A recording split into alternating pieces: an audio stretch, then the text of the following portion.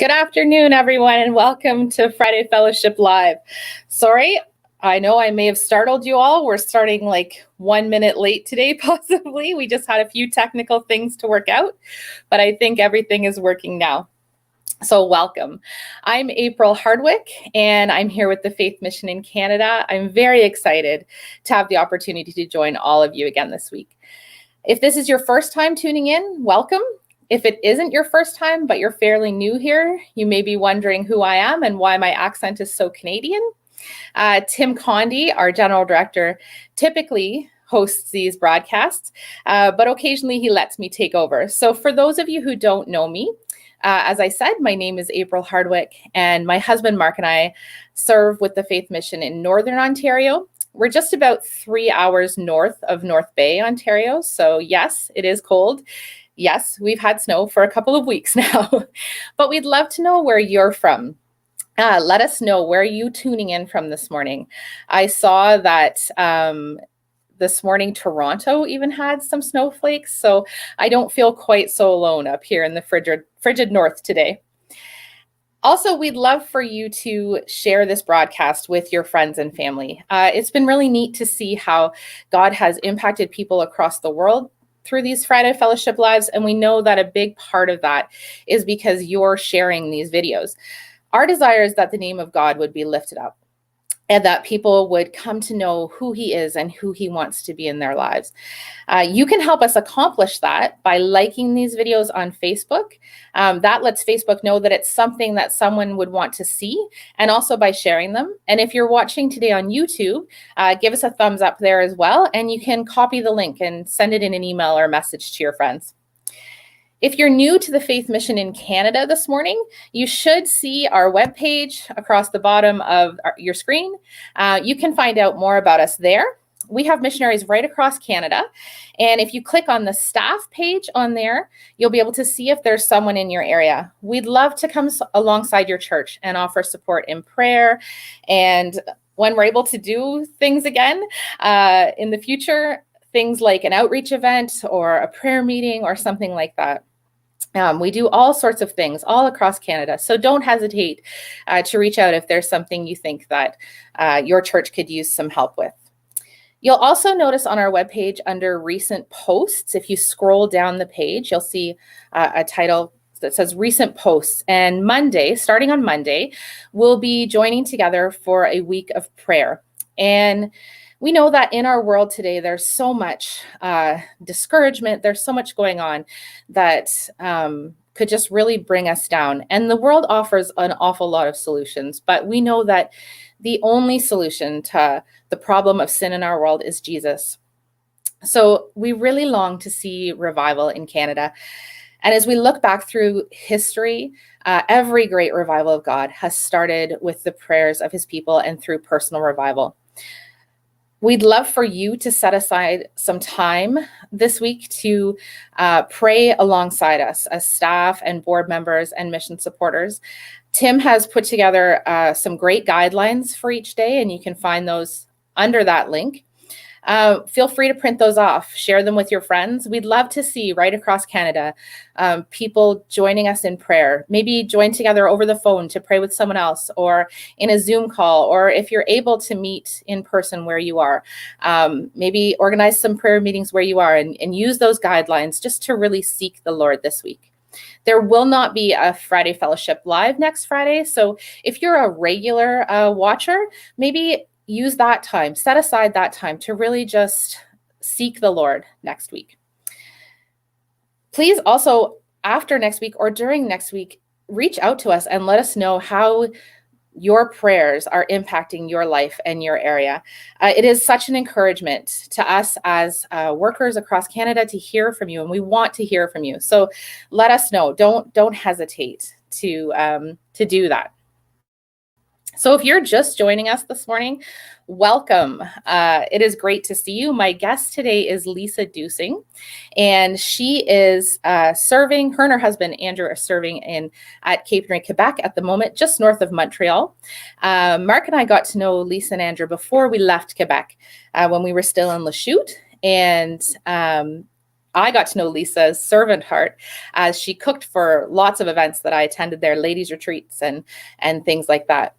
Soon after we left Quebec, Lisa's husband, Andrew, took over as managing director of Cape and Ray, Quebec. But as some of you will know, in May this year, Cape and Ray has made the difficult decision to close the Bible school in Quebec. So we're going to be talking to Lisa a little bit about that today, about what the future holds for her family. So let's bring her on now. Lisa, let's see. There we go. Hello. Good morning or good afternoon, Lisa. Good afternoon. Good to see you. Thank you. Thank you for having me on today. Oh, thanks for joining us and taking time out of, I know you're homeschooling now, right? Yeah. We have 3 boys and they're 8, 7, and 4. So I was homeschooling until about half an hour ago. Well, thank you. Yeah. Thanks for taking the time. And thank you to Andrew, because I'm sure he's probably with the boys now. They're out hauling firewood, so that's good. Perfect. Well, Lisa, I shared a little bit about where you work, but can you share a little bit about yourself and what you do or what you were doing before COVID? Sure. So my husband and I came about 11 years ago to Cape and Ray, Quebec. And as you mentioned before, I had come as the cook. And then once we started having children, that shifted. My responsibilities changed over the years, but the last couple of years, I've been in charge of the staff, doing administrative things for the office, and involved a lot in the students and different ladies' outreaches and time with the lady students especially. So that was kind of the last couple of years as far as my responsibilities at Cape and Ray, as well as homeschooling the children. Right. That's a lot of responsibilities. Yeah, the days were full. Yeah, absolutely. I know that balance between ministry life and homeschooling kid life. It's hard. There's a lot of so what is life looking like for you and Andrew now? Well, life is very different, but it's different for a lot of people right now, I think, in this COVID time. So right now we are waiting for the property to sell. Right. And here their family is up to. Like, we really don't know what the future holds for us right now. And that's why we are trusting the Lord will show in the right time and way what will be next for us. But as far as we know, we're just here taking care of the property until it sells, which could be a few months. It could be a couple of years. We really don't know. Because it's a pretty unique property in Quebec, right? You have the camps. It's a camp center, really, with dorms, and we can fit about 60, 70 people, but there's a lot of land that's also undeveloped. Right. So we are really praying that a ministry will purchase it and it continue to be used for the Lord's purposes. But it could be a developer. It could be anyone, really. Well, we will definitely pray alongside you for that ministry to come along, because I know Cape and Ray has blessed so many people in Quebec, and it would just be great to see the Lord continue to use that. It's a beautiful, if you've never, well, I'm sure lots of people have never been there, but it's such a beautiful property, and it really, you have a sense that you're coming away from the world when you end up there. So it would be so great to see God continue to use that. The buildings and the property for his glory, for sure. So yeah, absolutely. So you're in this period of just waiting on the Lord, really, right? That's what our topic is today, just waiting and not really knowing. As you said, you and Andrew don't really know what's next for you guys, or even when, right? Yeah. Right. So you'll just be there until the property sells, basically. That's correct. Okay. So how do you feel that God's changing you through this waiting period? I'm sure it's unique and something you've never really been through before. Yeah. Well, I think when we first heard in May from our leadership board, really, that they felt like this was the right time to close Cape and Ray. And it had been on the table for on and off a little bit. Just with difficult situations and staffing challenges and different things. But it did kind of come as a shock in a lot of ways. And so the first couple months, when we were kind of coming to grips as to what closing the Bible school and the conferencing center meant for us and all the staff, the Lord really just began stripping away all of these false securities Mm. that I hadn't even realized. We've loved being here. The Lord has blessed us so much. He's provided for us in so many ways. And so just the thought of like, okay, this is all ending and it's not like there's a neat step to go to next. He really just showed these hopes and dreams that maybe I'd started to build apart from him. Right. And so that was, I think the first couple months was just this stripping away of things that had crept in, and him just saying, Lisa, it's all about me. It's always about me, but you need to remember that it's all about me. And also, I think we always know somewhere deep inside us we can't control. So, Yeah. but we should try hard. Yeah. I'm a planner, so I think the last couple months, it's almost been 6 months, which is hard to believe since we've known it was closing. But what he's really teaching me is that the circumstances should never dictate my joy, because joy is not found in our circumstances. Like there can be a lot of blessing and happiness in the things around us, but joy and peace is only in the Lord's presence and comes from him. And a couple of verses from Psalm 16 that he really was sharing with me through that time. It says, I have set the Lord always before me, because he is at my right hand, I shall not be shaken. You make known to me the path of life. In your presence there is fullness of joy. At your right hand are pleasures forevermore. And so that's been a big thing, is just finding joy in the presence of the Lord and not in my circumstances.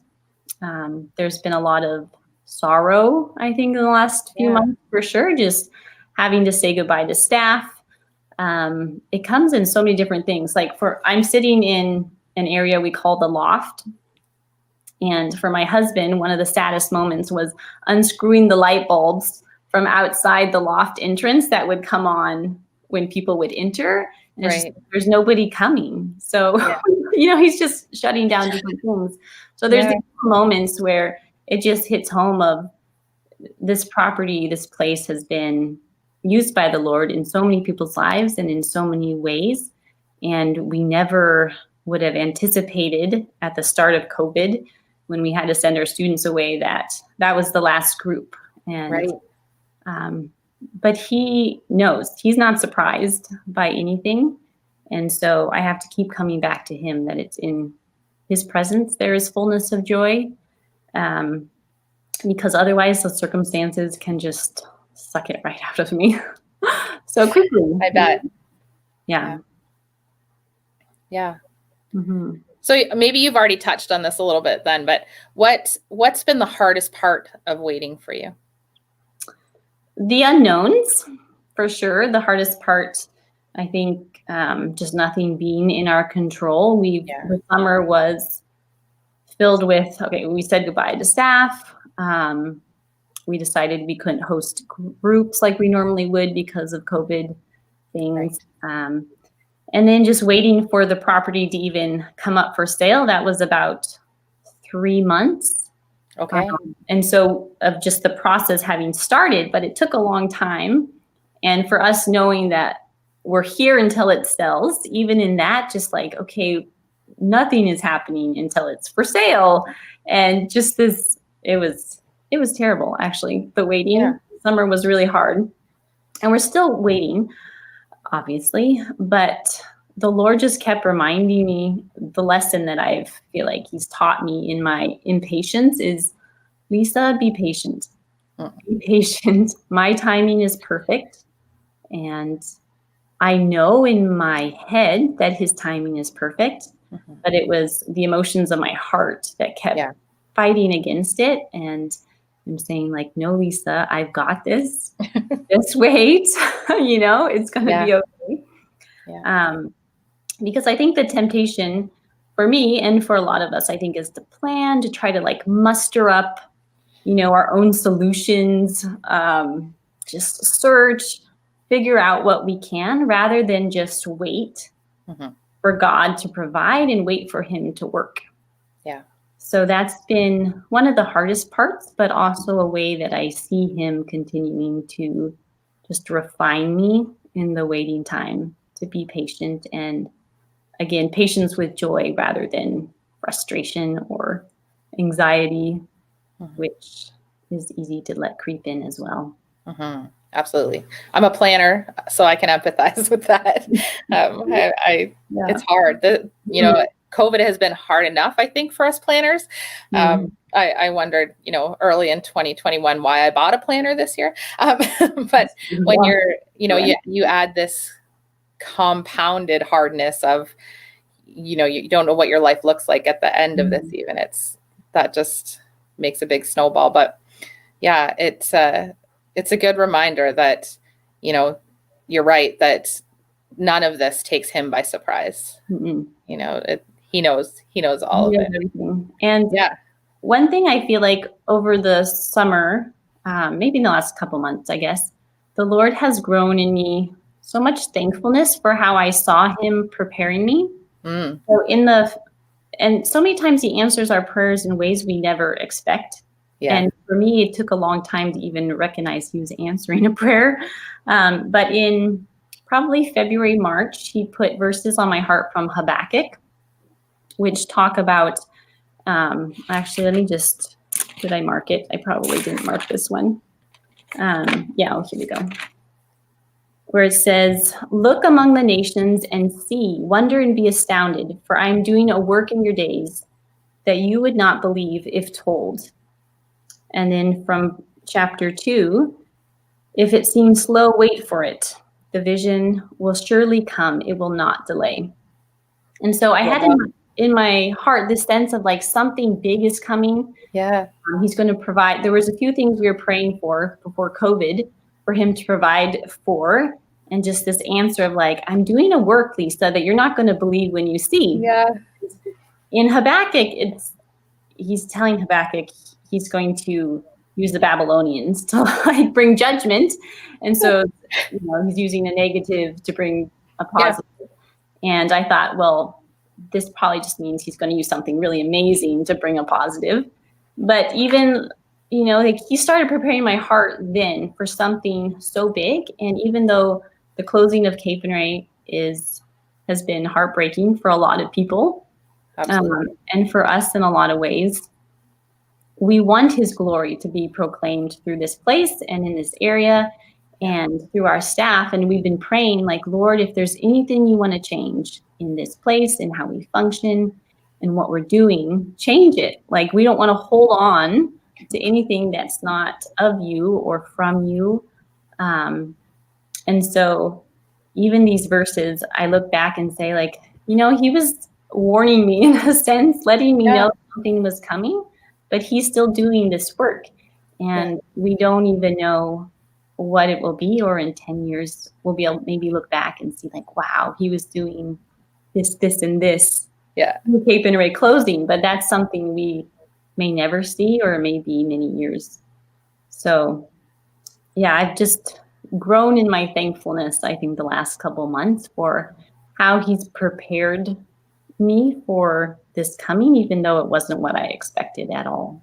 Yeah, that's amazing. That's what a testimony. I love when, the Lord uses verses. Like you said, you had no idea when you got those verses what you didn't know about COVID. You didn't know about anything, right? That's amazing. Very cool. So we see in the Bible, through the lives of different Bible characters, how they had to wait as they waited for the promises of God in their lives. We see God prepare them as they wait. And you've touched on that, how God prepared you through this as you waited. But is there anything that you've done personally while you wait to prepare yourself for the next step? Well, it's something that I've thought a lot about, because it's felt like we have a lot more empty hours. I mean, free time is relative with 3 running around, but there's still a lot less responsibility that I especially have. And so I've spent a lot of time asking the Lord, like, what do you want me to be focusing on now? What should my priorities be? And not knowing specifically what we're going to, there's no like specific skills or Right. areas I feel like I need to be working on. But in preparation, it's really been this sense from the Lord that I need to prepare by being with Him. Just prepare by abiding with Him now, today, and whatever He puts before me, just seeking to walk in complete obedience in the here and now, because we have no idea what's coming, and that's fine. We don't even feel like we need to know it all, but I can choose to obey Him and be faithful to Him and be in His presence today, or I can not. You know, and it's a choice we have to make every day. Yeah. But especially in these days, there's some days we struggle with just a bit of sense of purposelessness, even though the Lord, there is always purpose. There's always people to minister to, but I think it's just been such a drastic shift from normal ministry that it's like, okay, Lord, what are we supposed to be about this week? But it's Him. And He just keeps saying, like, spend time with me, Lisa. Let your roots grow deeper. I think it's often these periods of waiting that our character grows and develops if we let Him refine us. It's not often easy, can be painful. But, you know, God doesn't waste time, and He doesn't waste our time either. I'm studying Genesis right now with a few ladies, and that's been really neat to see how these long periods where God has promised to His people, you know, to Noah, to Abraham, to Joseph. Like, Joseph was in Egypt for 13 years before he actually became the ruler. But man, God didn't just waste those years. Like, He used those years to really build up Joseph, and even seeing this progression of leadership and maturity in him, and like taking care of Potiphar's household, and then the prison, and then becoming, you know, the ruler over Egypt. So I think even though these periods can be slow, slow in some sense of just waiting, you have to remember, like, this isn't wasted time, and this time is valuable. Yeah. One quote I just wanted to mention that has really ministered to me is from Priscilla Shirer. It was a Bible study we had done earlier this spring, and she said, "Waiting is not the same as inactivity. Waiting is a commitment to continue in obedience until God speaks." And I love that, you know, it's because we think waiting, and maybe it's easy to get this picture of just kind of sitting around, twiddling our thumbs, being kind of bored, or just like, okay, don't know what to do. But rather, it's just this, like, we continue on in obedience day after day until the Lord says the next thing. So what did He tell us to do the last time we heard Him? You know, like, just wait in that, continue in obedience in that until He says another thing. And that's helped me change just even my perspective of what waiting is to be. You know, it's not me just kind of sitting around wishing for the next thing He shows us. It's continuing on in obedience to Him day after day. So it's not glamorous, for sure, you know, and by any means. But my prayer is really that the Lord would grow me, and that He would prepare me for whatever is coming, just by how I respond to Him now, and how I respond to our children. And so that's kind of what this season is looking like. Yeah. Well, I think that, you know, I was very excited to speak with you today about this, because even just the little bit that I got to know you and Andrew, we saw, like, I guess our overlap was not, I thought our overlap was longer in Quebec, but it mustn't have been, because really you must have only been there for about 2 years before we left.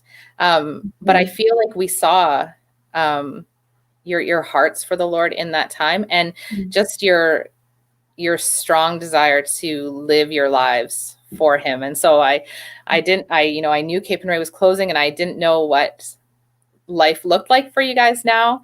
But I've been really blessed to hear today from you, and to hear just how your faithfulness, even in this time of unknown, and how the Lord is working, even in this time when ministry doesn't look anything like what you expected it to look like. Because I think a lot of us are in that position.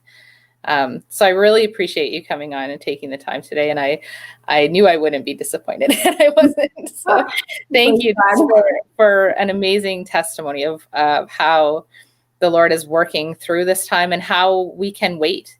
Those of us who, I'm sure a lot of people are waiting today for a lot of different situations.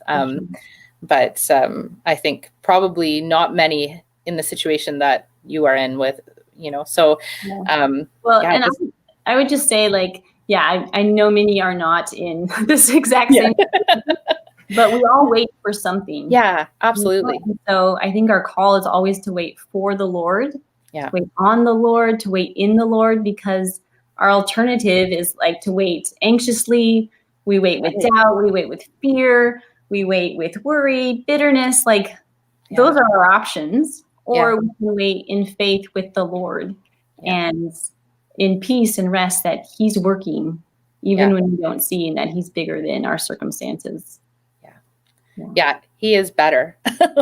His way is better, right? He, it's the better way. So yeah. Well, thank you so much, Lisa. I won't keep you any longer. I know that you probably still have some things to accomplish this afternoon with the boys, but I just really thank you for coming on today and just sharing your heart and what the Lord is doing. My pleasure. Thank you so much for having me. Have a great afternoon. Thanks. You too, April. Bye. Everyone. Wasn't that wonderful? As I said, I knew that I would not be disappointed in Lisa's testimony today. I knew that she would have something to share with us that was timely and relevant. And wow, did she ever. So we really appreciate you joining us today, Lisa. As I said, I know I know as a homeschooling mom, to take an hour out of the middle of your day, what that's like. So we really do appreciate it. And it was great to catch up with you. So that's it for today. That's it for our broadcast today, everyone. Thank you so much for joining us. If you've been touched by hearing what the Lord has spoken through Lisa today, please remember to share this. I'm sure so many people could be blessed by the message that she shared with us today, just that the difference that the Lord makes in the waiting, and how we don't wait for things the way the world waits for things. She could be sitting in Quebec right now, just absolutely miserable. And instead you saw the joy in her face, even as she waits with the Lord, completely not knowing what their next step will be, but knowing that He knows, and that is enough. So please remember to join us for our week of prayer next week. We are so excited to have people right across Canada praying with us and interceding with us. And so, again, please feel free to share with us how the Lord uses these prayer times. We really do love to hear from you. And we will see you again for Friday Fellowship Live in 2 weeks. Thank you, everyone, for joining us. And that is it for today.